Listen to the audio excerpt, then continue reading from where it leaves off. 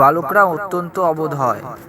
তাকে প্রসন্ন করার জন্য না সম্পদের প্রয়োজন হয় আর না সম্পত্তির। তার চাই কেবল ভালো মুখে দুটো মিষ্টি কথা, কেবল এইটুকুই পর্যাপ্ত সুখের জন্য। নিজের অন্তরের বালককে কখনোই মরতে দেবেন না। সময়ের সঙ্গে আয়ুর সঙ্গে বুদ্ধিমান অবশ্যই হবেন, কিন্তু নিজের সিদ্ধান্তে সর্বদা অটল থাকবেন। যে বস্তু আর বিচার বালক অবস্থায় আনন্দ দেয়, তাদের সঙ্গ বয়স্ক অবস্থাতেও ছাড়বেন না। সর্বদা নিজের সাফল্যের হাত ধরে থাকুন।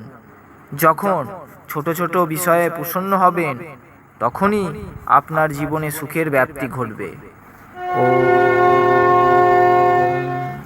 জানেন কি, জীবনের সবথেকে বহুমূল্য না কোনো রত্ন আর না কোনো অলংকার।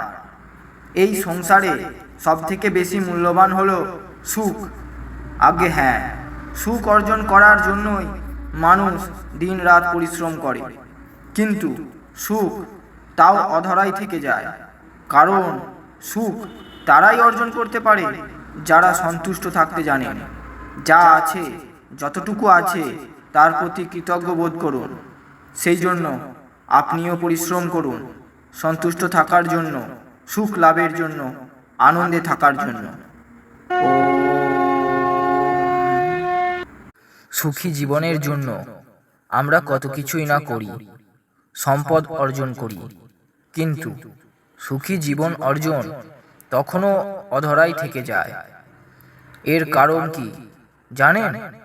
আমরা সৃষ্টি পরিবর্তনের প্রচেষ্টায় মগ্ন থাকি, কিন্তু আপনার সংসারে সৃষ্টি পরিবর্তন করে নয়, আপনার দৃষ্টি পরিবর্তন করলেই আনন্দ পাবেন। যা কিছু আপনার মনকে শান্ত রাখে, প্রসন্ন করে রাখে, সেই দিকে দেখুন। আর যা কিছু আপনার মনকে কষ্ট দেয়, আপনাকে কষ্ট দেয়, সেই দিক থেকে নিজের দৃষ্টি সরিয়ে নিন। এটাই সত্য, এটাই আমার মন্ত্র। একে নিজের জীবনে সমাহিত করে নিজের ভালো করুন। ঈশ্বরের কাছে প্রার্থনা সবাই করে। প্রতিদিন সকালে উঠে নিজের পরিবার, নিজের সংসারের ভালোর জন্য আশীর্বাদ কামনা করে। কিন্তু সকল প্রার্থনার মধ্যে একটি প্রার্থনা অবশ্যই করবেন, যে সেই মুখে সর্বদা যেন হাসি লেগে থাকে, সর্বদা যেন প্রসন্ন থাকে, যাকে আপনি প্রতিদিন আয়নাতে দেখে থাকেন।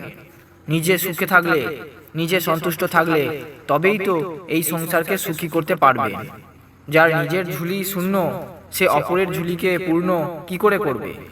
সেই জন্য সর্বদা নিজের সুখের কামনা করুন, সর্বদা নিজের মনকে শান্ত রাখার চেষ্টা করুন। আপনার প্রচেষ্টাতেই সংসার সুখী হয়ে উঠবে। ও